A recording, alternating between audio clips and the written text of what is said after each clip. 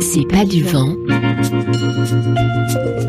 Le magazine de l'environnement sur RFI. Si vous nous rejoignez, nous donnons la parole à des femmes engagées aujourd'hui. Et tout de suite, nous sommes en ligne avec Magali Kéran. Bonjour.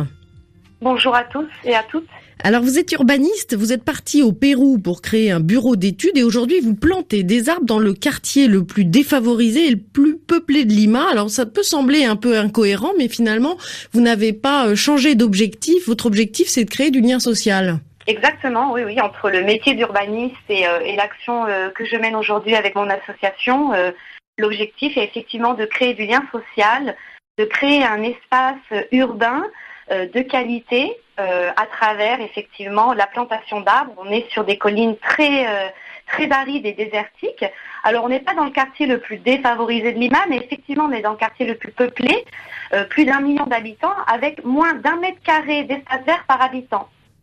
Donc notre objectif, c'est effectivement de semer et de planter des arbres, mais aussi des jardins partagés pour avoir une diversification de l'alimentation, avoir un accès à des produits et des cultures qui sont biologiques, puisqu'on n'utilise aucun produit chimique, et tout cela de manière collective, ce qui permet de créer du lien social entre ces habitants, puisqu'on parle de plus d'1 million d'habitants. Et dans le quartier exactement où on intervient, on a à peu près 25 000 habitants. Et alors, vous avez réussi à dynamiser les 25 000 habitants en si peu de temps? Non, j'imagine qu'il va falloir un peu plus de temps que ça. Quelle est l'ampleur de votre projet aujourd'hui? Aujourd'hui, on a accueilli en moins d'1 an et demi à peu près 100 volontaires. On a une quinzaine de familles qui nous accompagnent sur la production de compost en triant leurs déchets organiques, ce qui est assez incroyable puisqu'aujourd'hui à Lima, dans notre quartier, il n'y a pas de tri sélectif effectué par la municipalité.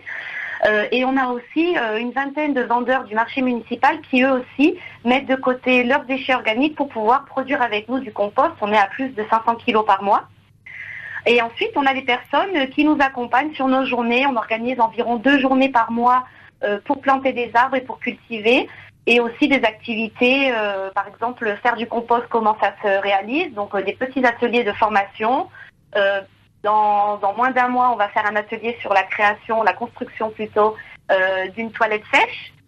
Voilà, donc l'objectif, c'est de partager des savoirs et des connaissances de manière bénévole et volontaire. Et petit à petit, voilà, les personnes du quartier, mais aussi de d'autres districts de Lima, se joignent à nous de manière volontaire. Mais j'imagine que quand vous êtes arrivé au départ avec cette idée de planter des arbres dans un quartier où il n'y avait pas de biodiversité, les gens ont dû être un peu surpris, non ? Oui, alors pour être honnête, moi j'ai pas tout à fait commencé le projet.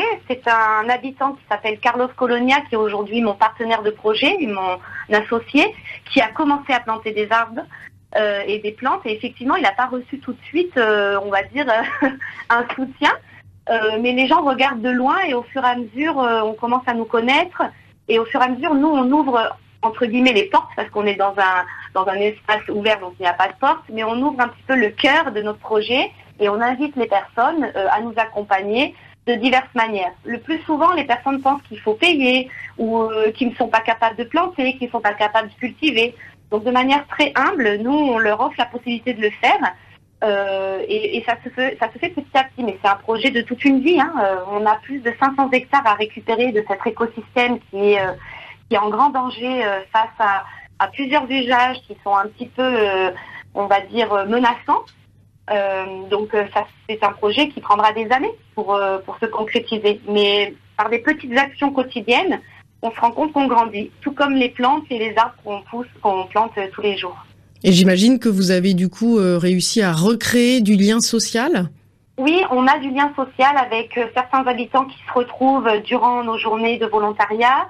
On a surtout une centaine d'enfants qui participent à notre programme d'éducation qu'on a une fois par semaine. Ce qui permet en fait de créer du lien social entre les enfants, mais aussi entre les parents. Delphine Rouillet, on voit bien que c'est un autre terrain, évidemment.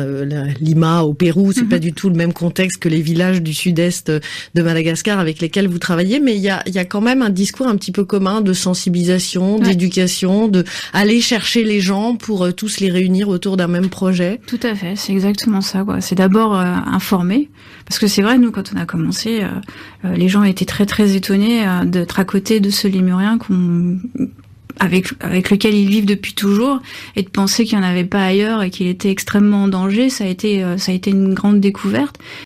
Et alors justement, est-ce que du coup à Lima, les habitants avec lesquels vous travaillez ont évolué dans leur rapport à leur alimentation ? Alors, on n'a pas encore la possibilité d'identifier cela parce qu'on est vraiment au début de la partie des jardins partagés. Ça fait quelques mois qu'on a reconstruit des terrasses comme dans les Andes, parce qu'on avait un terrain qui était complètement abandonné. Il faut imaginer des collines avec une pente assez forte. Donc nous, on a d'abord dû reconstruire des terrasses, qui a pris quand même beaucoup de temps parce qu'on ne peut pas faire rentrer de machines sur terrain puisqu'on a 2 sites archéologiques. Donc c'est tout à la force des bras. Et aujourd'hui, on lance, quand on rentre en avril, le grand programme de jardin partagé de culture. Ce qu'on a pu voir, effectivement, c'est que les gens ont une autre relation à la nature. Et notre objectif, c'est vraiment reconnecter l'être humain avec la nature, et donc avec soi-même, et donc avec les autres.